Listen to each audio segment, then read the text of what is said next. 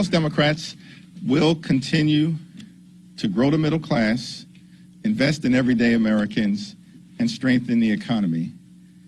That's an agenda that will continue to put people over politics, focus on lower costs, better paying jobs, safer communities, fighting for reproductive freedom, defending democracy, building an economy that works for the middle class, for everyday Americans, and that is built from the middle out and the ground up. That's our vision for America. That's the work that we have been doing and will continue to do. On the other hand, extreme MAGA Republicans have shown us who they are this week. Their economic agenda has nothing to do with the health, the safety, and the economic well-being of everyday Americans, and has everything to do with the wealthy, the well-off, the well-connected, and their right-wing extreme ideology. Extreme MAGA Republicans have a three-part economic agenda that they have made clear to the American people this week. One, we want to end Social Security as we know it. Two, massive tax cuts for billionaires and wealthy corporations. Three, dramatic spending cuts that will hurt the health, the safety, and the economic well-being of the American people. It's a radical, reckless, extreme, right-wing agenda that has nothing to do with looking out for the middle class. And that's what Republicans have shown us this week. Questions? Thank you, Leader Jeffries. Two questions. One, so I asked Speaker McCarthy about him saying, "Oh, well, bathroom laws," and that it was in response to former President Trump allegedly having boxes of classified documents in a bathroom at Mar-a-Lago, and I asked him, well, what about Secretary Clinton reportedly having a private server which had classified information also being in the bathroom? And he said, well, the one thing she did with her email, she went and got a software to bleach it. President Trump had the box of returns, so I'd love to get your reaction to that. And second, do you think the classification system, secret, top secret, confidential, needs to be reformed? The Trump indictment speaks for itself. The facts as we understand it speak for itself. And the trial will speak for itself. And I have every confidence in the jurors and in the American people to arrive at the outcome that is just. And on the, if we need to reform our classification system? Well, that's a question that I think is better directed at the moment to the top Democrat on the Intel Committee, Jim Himes, who, as I understand it, will continue to engage in a bipartisan discussion with the other side of the aisle to figure out if there are any adjustments that reasonably can be made for the good of the American people. There's a bit of a kerfuffle about how the White House displayed the pride flag for Pride Month here alongside American flag. Senator Marshall has introduced legislation to say, look, we need to adhere to this flag code. Speaker McCarthy hung American flags out front here yesterday.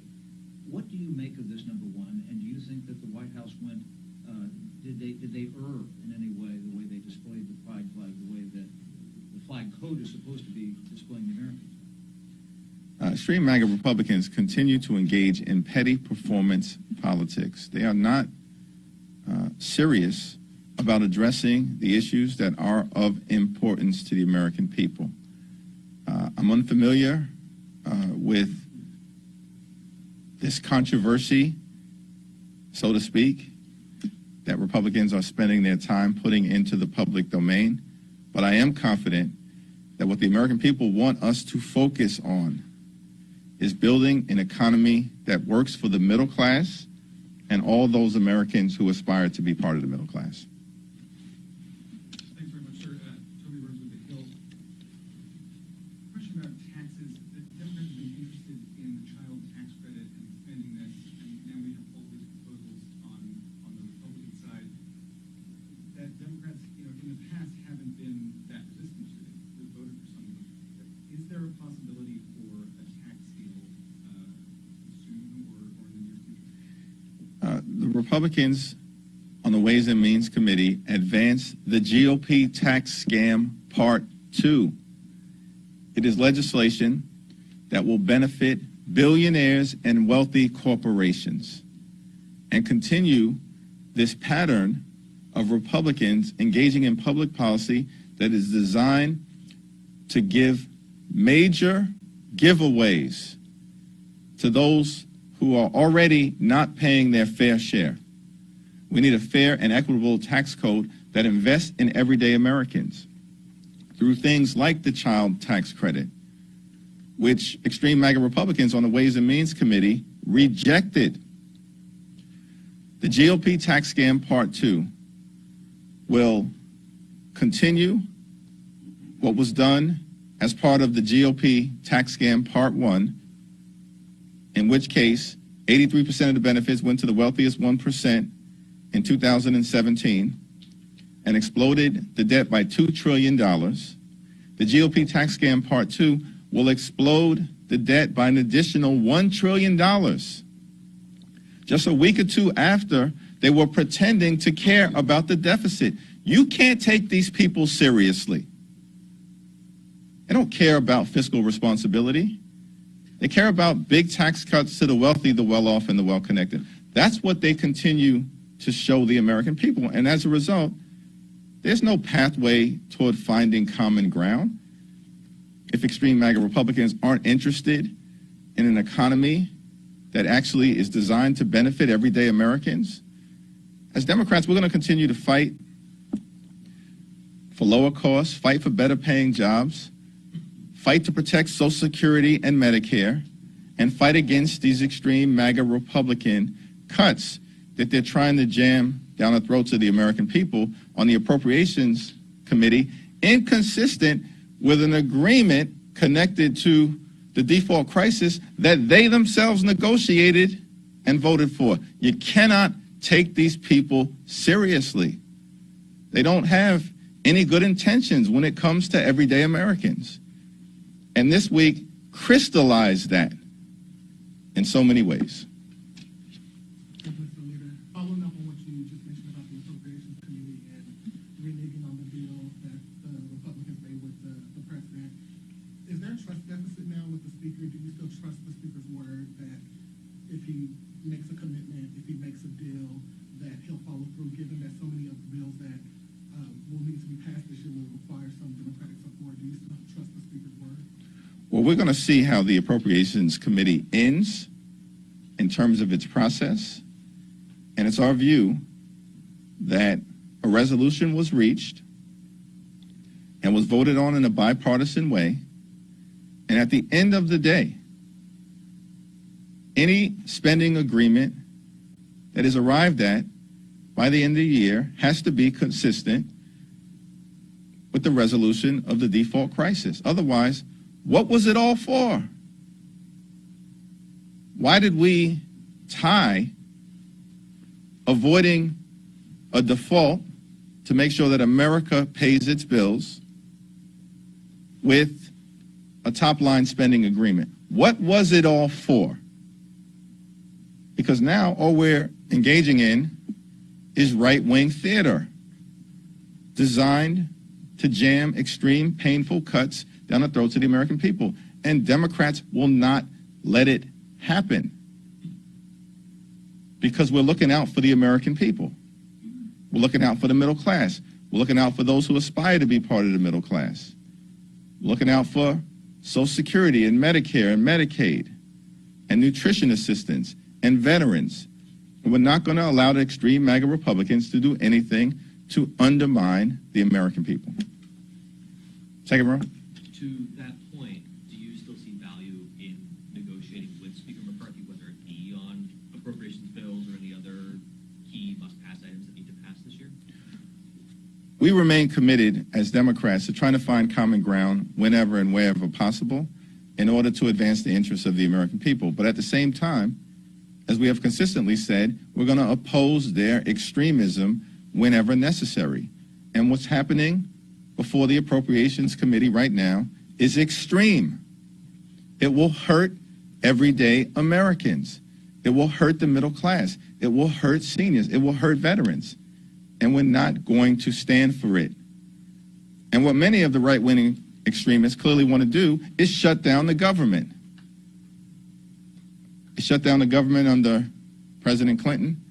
They shut down the government under President Obama. They even shut down the government under President Trump as part of some effort to try to extort the American people for billions of dollars to pay for Trump's medieval border wall. Shutting down the government is in their DNA because they're irresponsible individuals. They don't care about government. And so what we see right now taking place in the appropriations process is perhaps an effort by some extreme MAGA Republicans to drive us toward a government shutdown. And that's a shame. You've seen from your colleagues in New York pushes to bar migrants from SUNY university campuses, calling for emergency declarations in response to the migrants. Are you concerned at all that this will undermine your efforts to flip those frontline districts back into the blue column? And if so, what are you doing to prevent it? I think that Democrats in New York and throughout the country are united around some core values. We're united around the fact that we want to grow the middle class in New York State and across the country. We're united around the fact that we want to defend reproductive freedom, while the other side of the aisle wants to criminalize abortion care and impose a nationwide ban.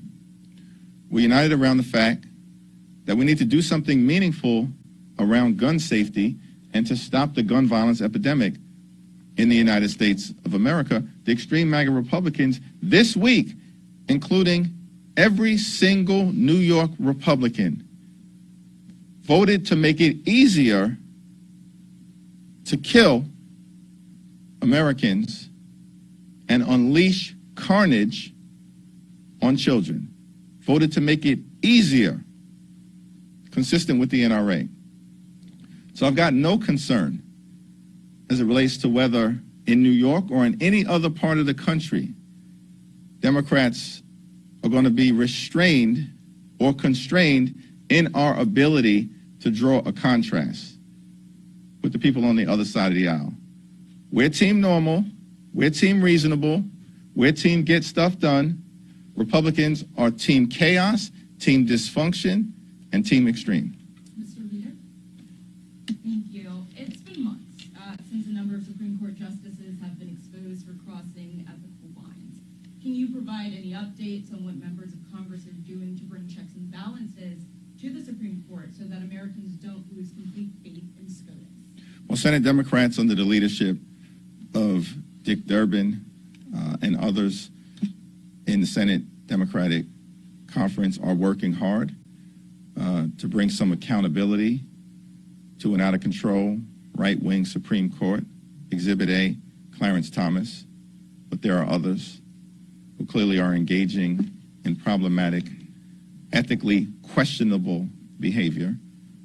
And on the House Democratic side, under the leadership of Chairman Nadler, the once and future chairman of the House Judiciary Committee, Jerry Nadler, and others, it's my expectation that we will explore all avenues for making sure that the Supreme Court conducts itself in an equitable way. Because at the end of the day, if the final arbiter of the rule of law, the Supreme Court of the United States, is undermining or behaving in a manner consistent with the rule of law, then that is problematic for the country. It's not a Democratic issue or Republican issue. It's an American issue. And so I think that exploration will continue.